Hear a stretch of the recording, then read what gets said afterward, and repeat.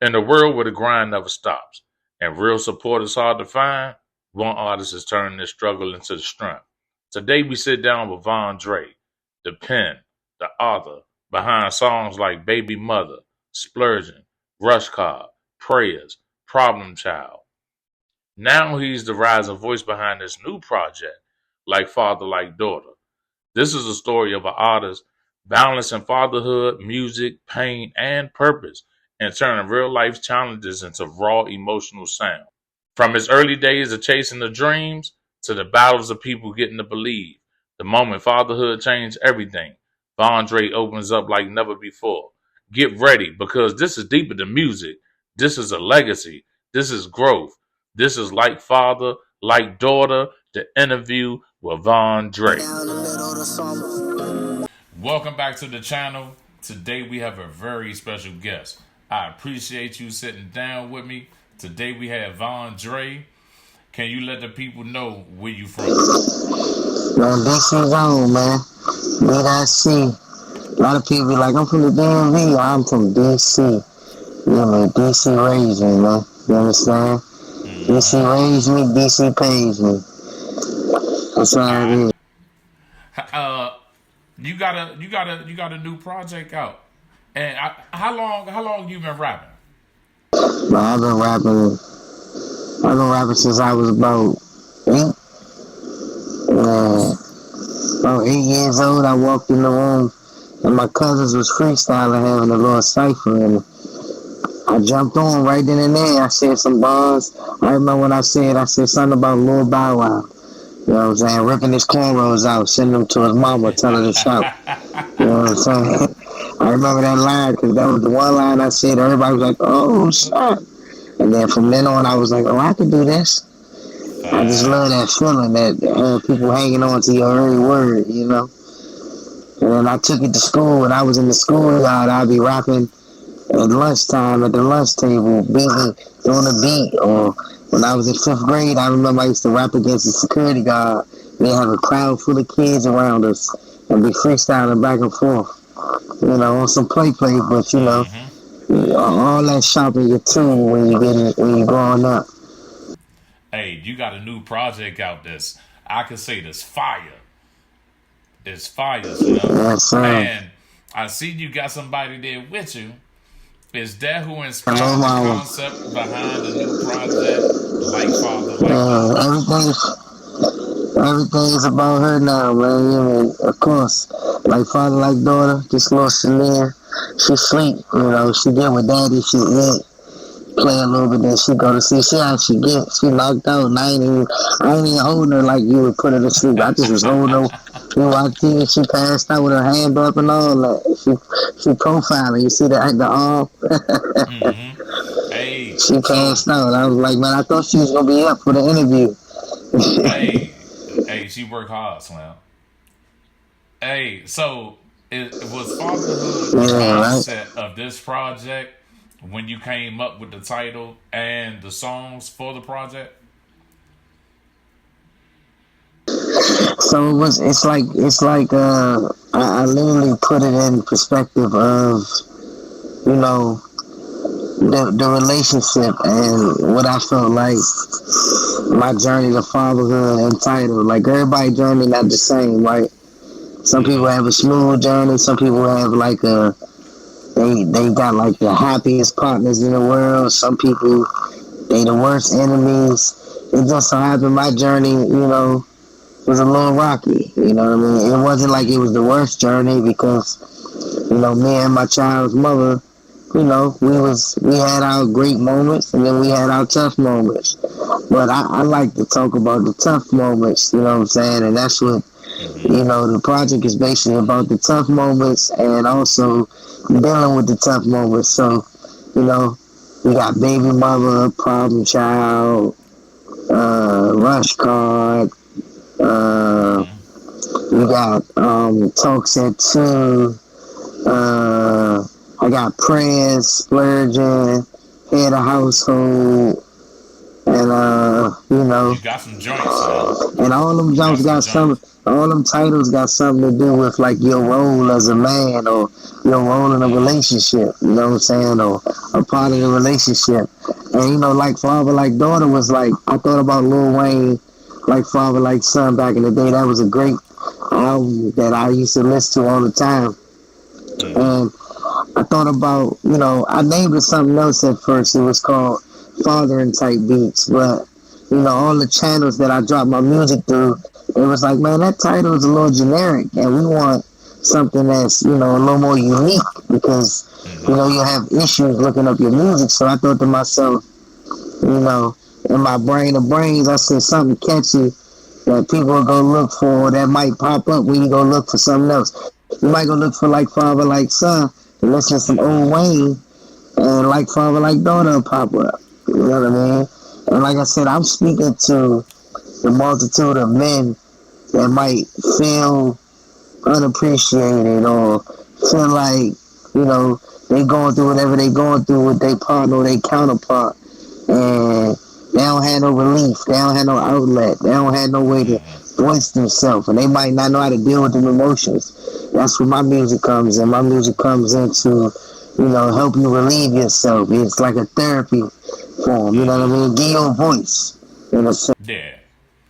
Yeah, because you on my playlist now on YouTube, like every time I play music, your song, well, actually, like Father, like Daughter pops up. But how did you deal with being how do you balance being a present father while you chasing your dreams that demands the time, and sometimes you may not be there for a birthday. I mean, it's all about prioritizing. Man, you gotta prioritize. You know, if the parents gonna pay for the birthday party, then it's worth it. You know what I mean? But Okay, if the yeah. parents ain't gonna put no money down the pocket or further your status, then that birthday is more important because that's time. We don't get time back. So, you know what I mean? I realize that now being a father, the most important thing is to be present. You know what I mean? Mm-hmm. And everything else can fall into place. I've been chasing this dream for so long. I done put so much of my life on hold. I'm honestly saying this is the one thing that I won't put on hold. You know what I'm saying? Or Mm-hmm. if I do, it's not for too long. You know what I mean?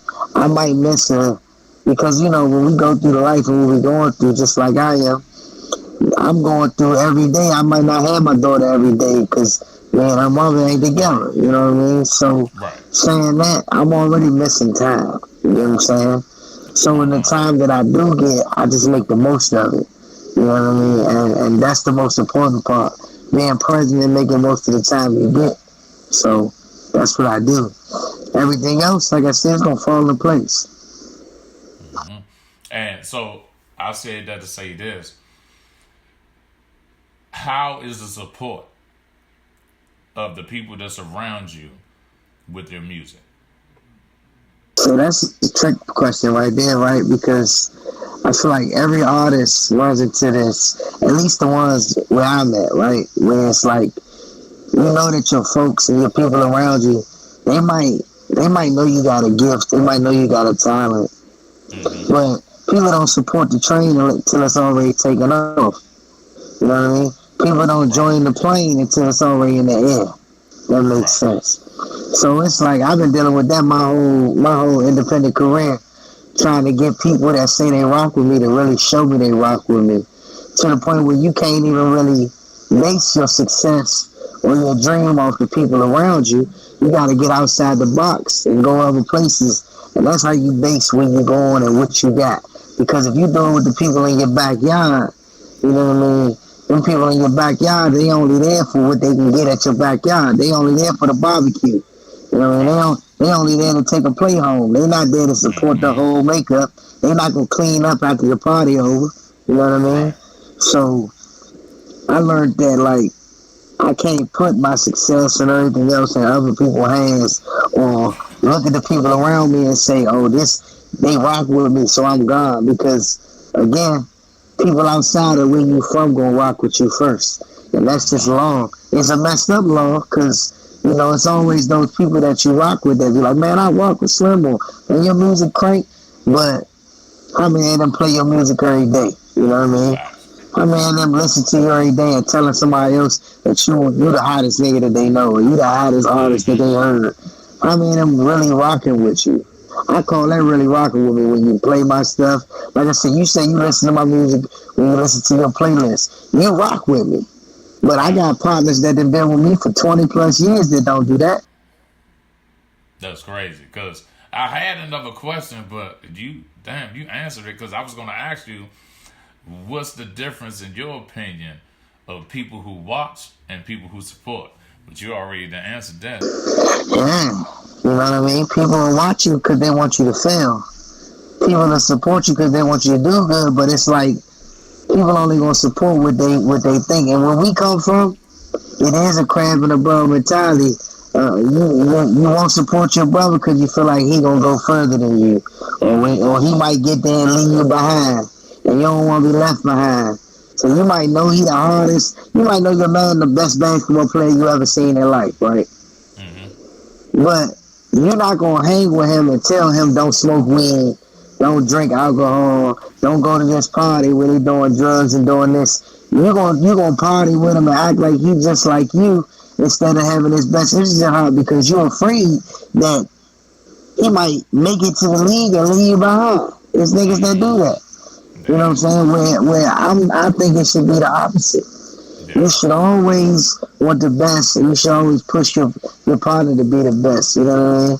And if you ain't holding your men accountable, or if you ain't holding your men to the high standard, then y'all all gonna vibrate low.